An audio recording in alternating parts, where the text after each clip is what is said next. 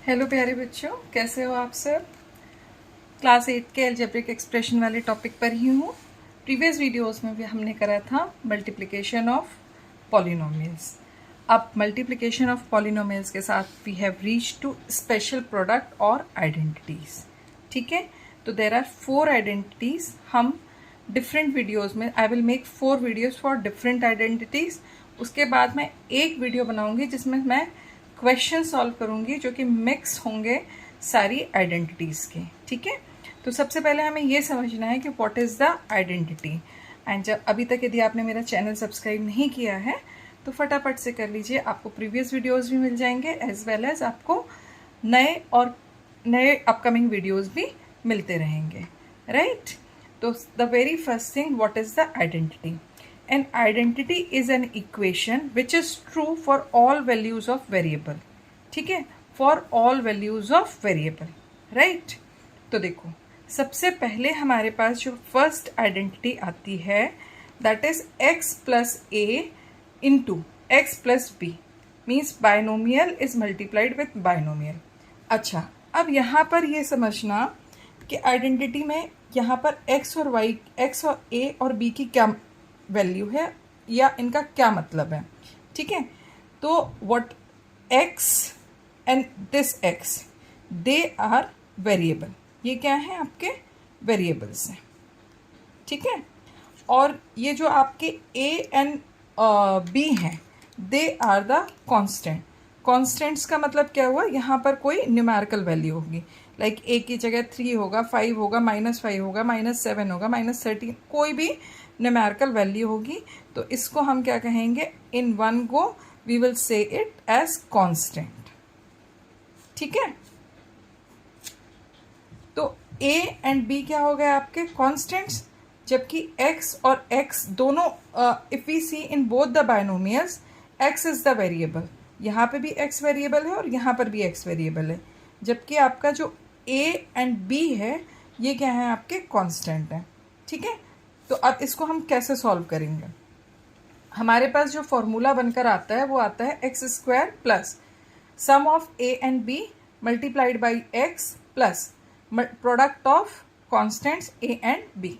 ये आइडेंटिटी हमारी बन के आती है आफ्टर मल्टीप्लाइंग दिस। अभी आती कैसे वो हम देखते हैं। ठीक है, तो यहाँ पर हम सबसे पहले लिखते हैं x plus a x plus B, right. ये आपका मल्टीप्लिकेंट है और ये आपका मल्टीप्लायर है, राइट। तो हम सबसे पहले क्या करेंगे, मल्टीप्लायर में there are 2 terms, so 2 times I will write multiplicand. Okay, तो it will come x plus a x plus a. ठीक है, ये मैंने लिख लिया यहाँ पर x plus a and x plus a. अब जो आपका मल्टीप्लायर, उसके फर्स्ट टर्म से हम दोनों ब्रैकेट को उसके फर्स्ट टर्म से हम सबसे पहले इसको मल्टीप्लाई करेंगे। ठीक है, उसके बाद हम इसके सेकेंड टर्म से सेकेंड वाले ब्रैकेट को मल्टीप्लाई करेंगे। फर्स्ट टर्म से हम फर्स्ट ब्रैकेट को मल्टीप्लाई करेंगे, सेकेंड टर्म से हम सेकेंड मल्टीप्लिकेंट को मल्टीप्लाई करेंगे, राइट। तो हमारे पास क्या आ जाएगा, x into x plus a plus b into x plus ए।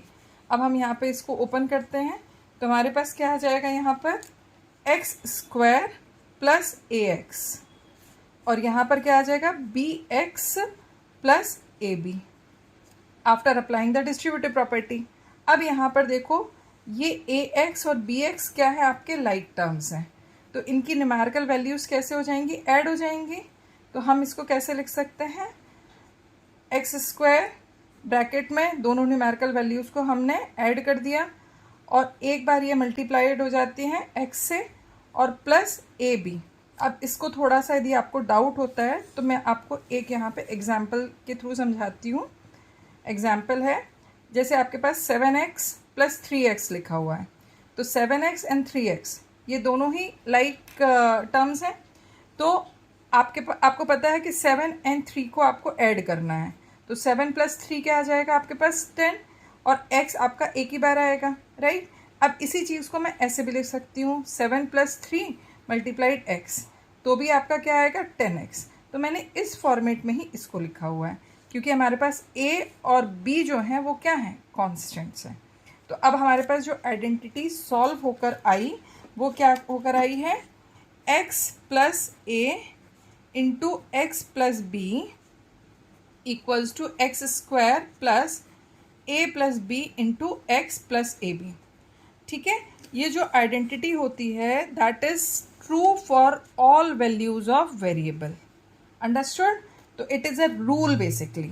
ये क्या है, आपका एक रूल है जो कि आपको हमेशा याद रखना है। आप इतना लंबा चौड़ा मल्टीप्लिकेशन नहीं करोगे, आप डायरेक्टली इस आइडेंटिटी को लर्न कर लो and then you will put the values in this identity and then you can get the answer in quicker way. Quicker way आपको एक्सप्रेशंस में भी लर्न करने होते हैं, जैसे हमने लोअर क्लासेस में डिस्ट्रीब्यूटिव प्रॉपर्टीज़ को लर्न किया, आफ्टर दैट हमने डिविजिबिलिटी रूल्स लर्न किए, कम्यूटेटिव एसोसिएटिव प्रॉपर्टीज़ लर्न किए। For what purpose? For ease our calculation. ठीक है, तो similarly for ease our calculation of algebraic expression we need to learn the identities.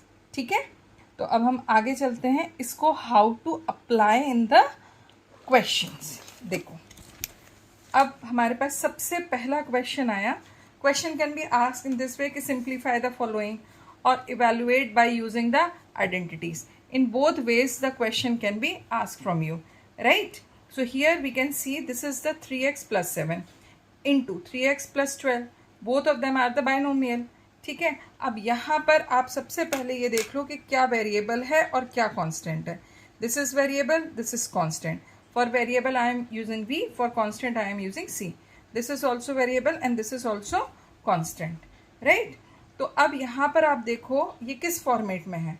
अच्छा, अब ये जो आइडेंटिटी है इसको हम x प्लस ए के फॉर्मेट में आपने पढ़ा, इसमें x आपका वेरिएबल यूज़ हो गया है, तो जब हम आइडेंटिटी का रूल लिखेंगे तो हम दूसरे वेरिएबल्स को लिख सकते हैं। ठीक है, तो अब ये देखो आपका कैसा है, y plus a into Y plus B, इस फॉर्मेट में है।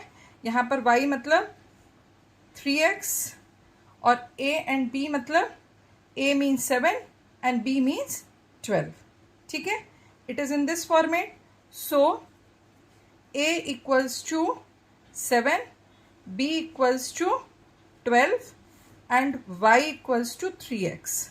So what the formula you will apply here? The for identity you will apply y square plus a plus b into y plus ab. अब यहाँ पे हमारे पास y था variable, तो हमने इसी फॉर्मेट में लिखा। ठीक है, अब y को हम कैसे रिप्लेस करेंगे? y को हम रिप्लेस करेंगे 3x से, तो 3x whole square plus a और b क्या है आपके पास, 7 plus 12 into 3x plus 7 into 12.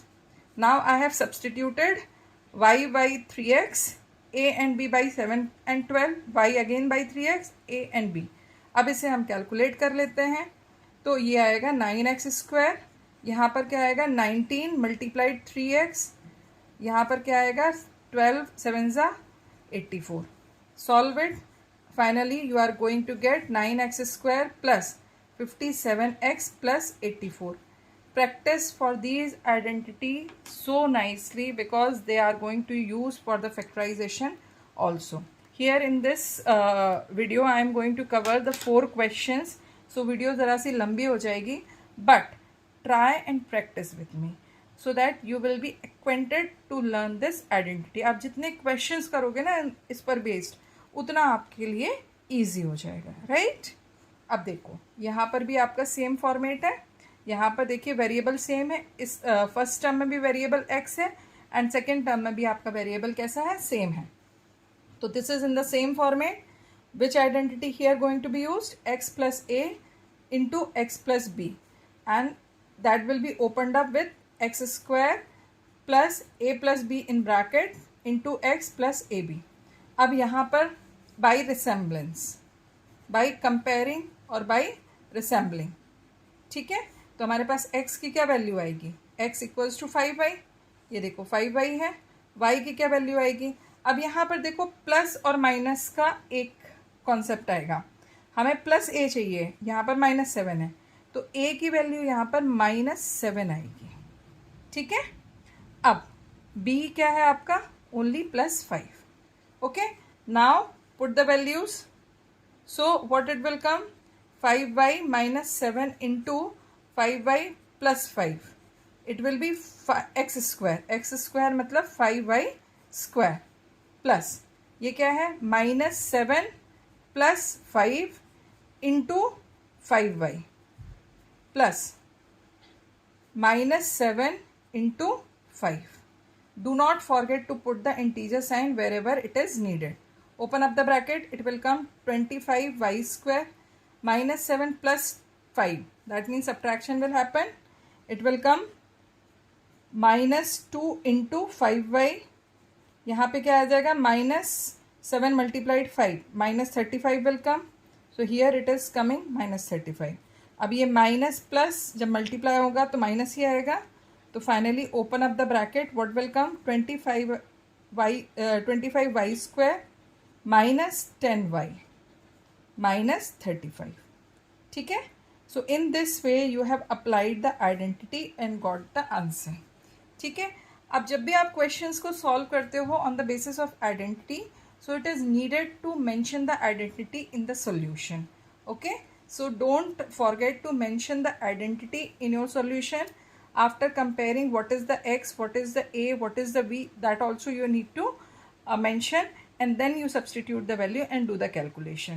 ठीक है. तो यदि आपके कैलकुलेशन में बाय चांस कोई चीज़ गलत भी हो जाती है तो on the basis of the step marking you are able to get some marks for these two steps, right?